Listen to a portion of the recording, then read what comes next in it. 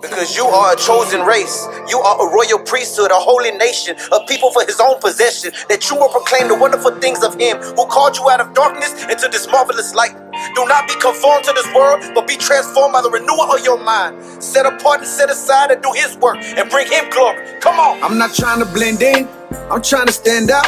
I've been set apart for greatness. It's already planned out.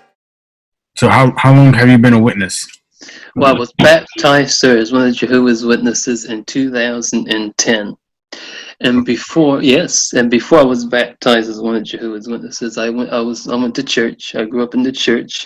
I went to it's a branch of Pentecostalism. No, it's a branch of the Holiness movement from the late 1800s. I think it's called.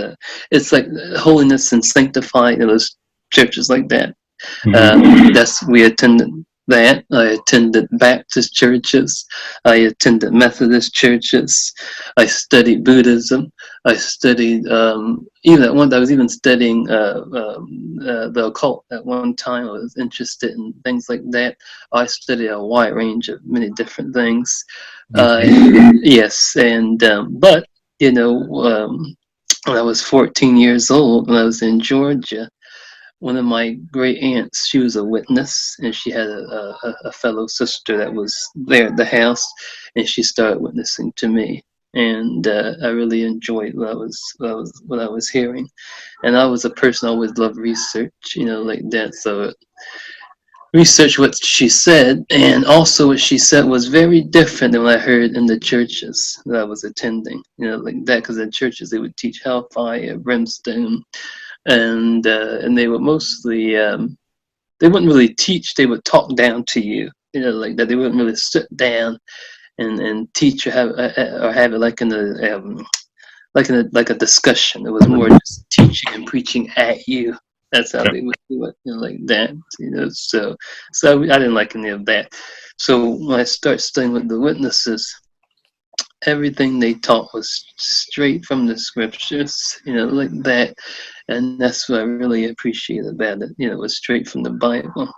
And I know there's a lot of opposers out there of Jehovah's Witnesses. They claim that we changed the scriptures, that we, twisted the Bible. I know I'm familiar with all those claims, like that. But I just don't see it that way from what I studied, like that. And that's just just how it is, sir. And I feel that both sides, because I'm sure there's scholars that will agree with you, and then you would say the same thing to me. Well, I'm sure there's scholars that will agree with you. Say that. What'd you say? I wouldn't say that, because there's no scholars that kind of agree with the Watchtower's teachings. There's scholars that agree with the Christian teachings, but there's no the Watchtower organization doesn't have scholars, because higher education is frowned upon. So there are no scholars within the organization. So no, so I'm talking about scholars outside. I'm talking about Bible scholars. That's what I'm talking about. Yeah. Like Divine's Expository Dictionary. I'm talking about scholars like that, Bible scholars of that sort. That's what I'm saying. Yes. Okay. Yes, that's what I mean, sir. Yes, and there very well could be scholars within our organization. They could have attained that type of degree before they became one of the Jehovah's Witnesses. So we can't really just make a sweeping statement such as that. There's no scholars within Jehovah's Witnesses. Like that. Do you know any of them? Do I know any of them? Yeah. I never personally met a scholar, but at the same time, I can't. Okay, this is how I'll put it. I can neither confirm or deny that there are scholars within. So it could be either way, like that, and that could be with anything. If you haven't, talked to every single person in the world, you can say that. I can neither confirm or deny. I would think if the governing body knew they had someone within their range that had that expertise, they would bring them under their wing and have them take on these projects that so many outsiders are questioning them on. So that's why I would say it's more doubtful that there aren't, because if someone is a scholar, they should have been speaking up. Oh, well, sir, like I said, we really don't need the scholars. Like I said, we do rely on scholarship of people that are not Jehovah's Witnesses. Watchtower quotes many different scholars, and like that. So really, at the end of the day, there really doesn't need to be scholars within Jehovah's Witnesses in order to support, what our teachings are. You understand? I would say there needs to be, because if the Watchtower was teaching you that no one can understand the Bible unless it's given the interpretation is given by them, because they're the channel. If you're going to an outside person, a scholar that doesn't believe in the organization, and you're taking their views, which are interpretation that's not coming from the governing body, that's a problem. Not necessarily, sir, because I'm not talking about teachings that are unique to Jehovah's Witnesses. I'm talking about when we're talking about Greek language, we're talking about the Hebrew language. When we're talking about like the Greek meaning for for different words. That's what I'm referring to. It's not so much the unique teachings of Jehovah's Witnesses that we're looking for outside support. Like that. It's specifically when we're dealing with translation, Bible versions, different Bible manuscripts. I mean, I don't care what religion is on the earth, they all refer back to those, like that. So, so that's more so what I'm talking about, not teachings that are unique to Jehovah's Witnesses. But that's not what I'm saying we get support from. It's mostly dealing with just the language, like the languages of the Bible, the meaning of certain words, Greek dictionaries, Hebrew lexicons, like that. That's what I'm talking about, So, okay,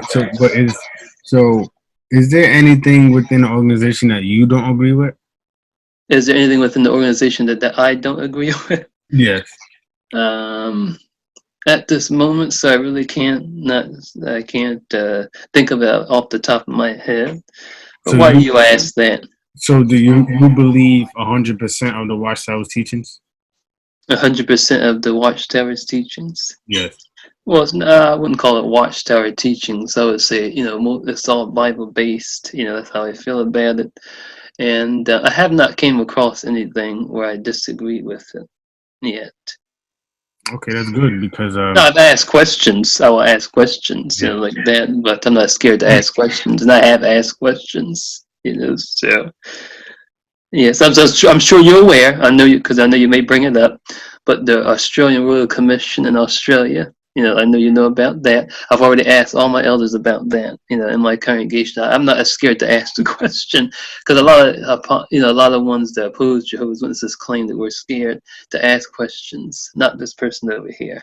I'll be the first one to ask such questions, like that. So. yeah, I've met a lot of witnesses, especially recently, that have said they don't believe 100%. They don't believe everything that comes from the governing body. Mm-hmm. And that's a problem, I think. Okay. So as for them, I can't judge their faith. I'm not their judge. I'm not their, I'm not the executioner. I'm not Romans. Paul talked about we all will stand before the judgment seat of God. When they stand before that judgment seat of God, I'm not going to be the one that's judging them. That's going to be Jehovah doing that. So I can't really speak, sir, on that or why. All I could encourage them to do is just continue to, keep testing whether they're in the faith, as Paul said, and then keep reading the scriptures and keep writing about it. That's all I would tell them. I wouldn't judge them or condemn them or turn them in, like that. So. Yeah, because the publications will call them apostate if you don't agree on the entire everything that's been pushed out and dispensed. You're apostate. Not necessarily, sir. Not necessarily. Apostate, according to our, Jehovah's Witnesses definition of apostate, is one who deviates from the faith and they actively try to get others to agree with them. But a brother or sister that may disagree with a certain teaching, they're not necessarily going to be condemned as an apostate. I never read that in any Watchtower publication ever. Now, if you have the references, please pull them up and I will review them and look them up. But I've never ever saw that direct statement you made published in the Watchtower. I've never seen it. But if you have it, please feel free to give it to me so I can read it. Yeah, I can give it to you right now. It's okay. I'm gonna pull it up.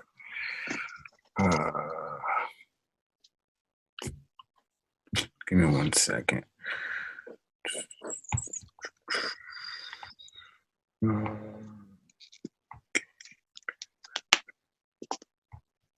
So, well, I'll find it, but okay. Do you want to bring up your question? Were you saying I kind of misinterpreted that scripture? Oh, so Luke chapter 23, verse 43. Yes. Yes, I think Sister Shirley did pretty well.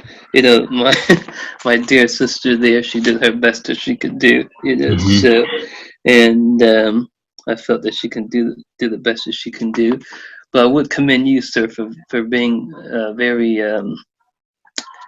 being very how can I say, being well versed from your perspective and what you believe to be true from the scriptures. I mean, the zeal is very evident. Because in my door-to-door work, we really don't meet too many people there that what's the word? They're that well versed in the Bible, you know, such as yourself, such as I've observed, you know, like that. So it does call for a lively discussion when it's done in a respectful and tactful way, you know, like that, and doesn't turn into an argument. But yeah, so anyway, yeah, Luke chapter 23, verse 43. Now we have this beautiful study Bible that we just got released last year. Yep. I love it. Yeah, the New World Translated Holy Scripture Study Edition. So what I'm going to do, sir, is I'm going to read directly from the study notes for that particular verse there. And I looked Okay. Before you went, I found it. Can I just bring it up real quick? Oh yes. Yeah. Sorry about that. Sorry to break. Oh, that's fine. All right. So this is a question from the readers. This is straight from jw.org. Okay. So, and I could send you this if you want, because I have the shepherd,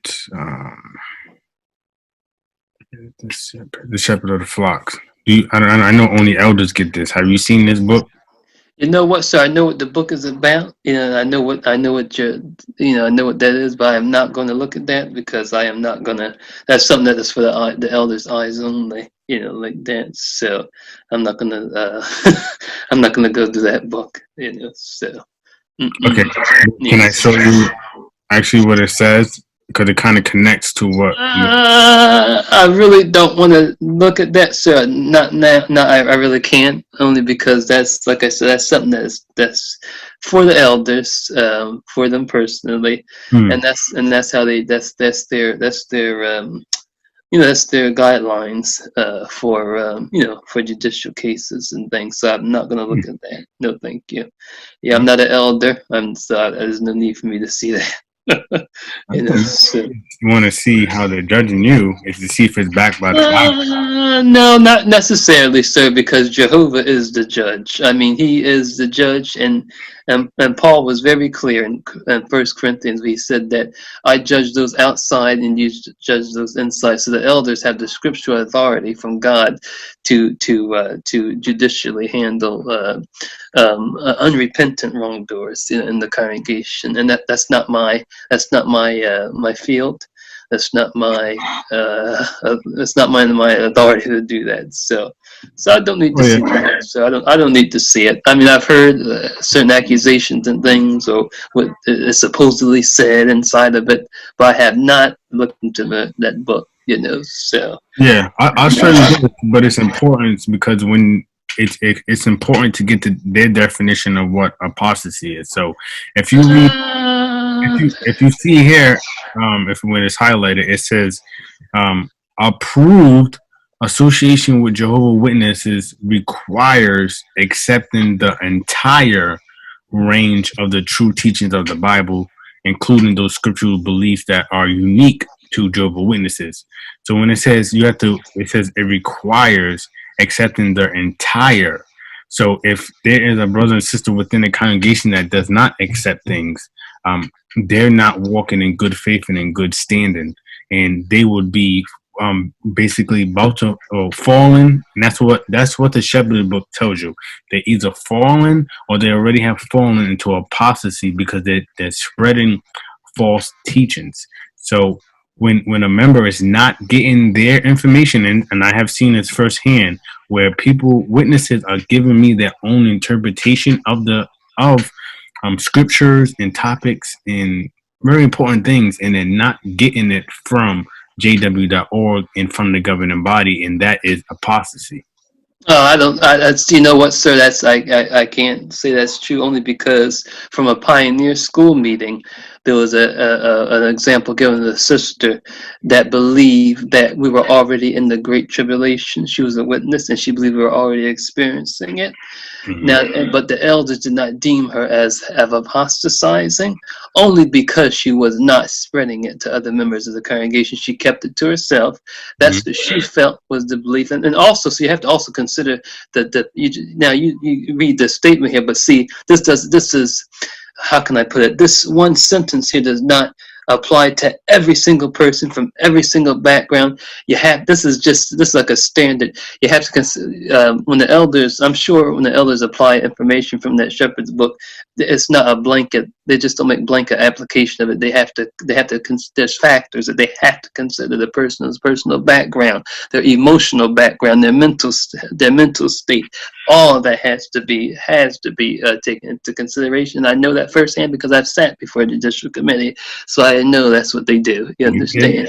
So I've experienced, sir, the judicial committees, and I will tell you this firsthand: they're not what opposers make them out to be, where the elders are attacking me, or they're belittling me or degrading me. I've had my elders are very nice, and they have not done those things. But like I said, so you have to. You just can't make a blanket application of this sentence, because there's various situations and things to consider, when trying to. And also, sir, there's also a Watchtower article which was published after this, because you're pulling up one that's from 1986. There is an article that talks about it's for elders. It says the difference. How does it say? Not making the mistake of. Of accusing someone of apostasy or a weakness. There's a difference, like that. So the elders have to be very balanced. There's sheer caution from the branch to elders when it comes to labeling someone an apostate. The elders have to be very cautious when they're dealing with a person, and those situations are very, very unique. They're very isolated cases. So we cannot just use that one statement. That's what they have to use for every single case that they deal with. Well, okay. First of all, if Zoom kicks you out, because it might kick us out in a couple of minutes. I'm sorry. I understand, because it's just time to do it back in a little bit. So you can just click the link, and it should let you back in. Okay. Let me know on YouTube. But the thing is, I didn't get this from myself. I got this from an elder. So how do you interpret when it says you have to accept the entire? So when it says entire, is that all? Now, so that may say all, but like I said, you can't. You can't make a blanket application of this statement to every single case that's ever come before the elders. There's factors that elders have to consider before someone is an apostate. They just have to do that. I remember one time, sir.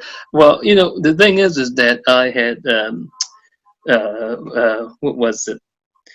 I had said, this is when I was first studying. I had said something that seemed like it was a little bit beyond what the organization teaches, like that. So I was reported to the elders, rightly so, because the friends should do that, looking out for my own spiritual health and the spiritual health of others. And so when I went there and I told the elder, they heard what was said. They did not come out and say, "You are an apostate. We're going to disfellowship you. How could you say this about Jehovah's Witnesses?" They did not say that. They were very loving about it. They tried to heal. James talks about the elders. How is it? What'd you say? To the anointed. That person, that's like a snitch. That person should have corrected you. No, they weren't a snitch. No, they weren't a snitch. They were, like I said, because I know those people personal. They're friends of mine. It wasn't a snitch. They were looking out for my spiritual health and the spiritual health of the friends that were in that and then that were listening in that moment. So it wasn't from trying to snitch on me or trying to tell. I know the person. I know that's not where they were coming from, and that's what happens. So when you start listening to apostates and opposers, and people outside the organization, or Hmm. even ones that have left, that ones who are disgruntled or who are angry because something happened to them and they didn't have the humility to deal with it internally, they come out and they make these sweeping statements, these accusations that are just not true. They may have happened in certain congregations with certain people, but it's not how they make it out to be, where it's a blanket situation where it happens in every congregation, in every judicial So committee, in every kingdom hall. It's just not the way it is. So it's just that not. that would mean, so this is the article from the questions of the reader. So this is going to everybody. This has to apply to everybody. So then, if you make that statement, that means that you are saying that elders handle situations differently, and that wouldn't be true because they have the shepherd of the flock. They have the kind of the outline of how they handle the situations. But this is exactly what I told the elder. I said, would I be considered an apostate if I'm a Jehovah's Witness and I say I don't agree with 100% with the publications and what the governing body says? And he gave me what the shepherd of the flock says, and then he gave me this um, publication. So he says, pretty much you need to conform to all of it, not just some of it. I'm taking it as this is how all elders would act, but and I would think all elders would be the same on how they handed down the qualifications of what you need to do. And this publication does say that I have to accept the entire range. So that is a blank. That would be a absolute statement. They can't be. And see if that, I wonder if that sister has said that in front of the elders, or I don't know if she said it was elders, or she would have said, "Well, I believe Jesus was God." Would they let her not sit her down if she's just keeping that to herself? That doesn't make sense, because what if she goes to knocking on door to door and tells that person what she believes? Well, so that's why I said it's a very personal situation, and I don't know what the elders would do in that case. And also, Jesus being God, and if we're experiencing the Great Tribulation now, are two different things, like that. So I can't compare the two teachings.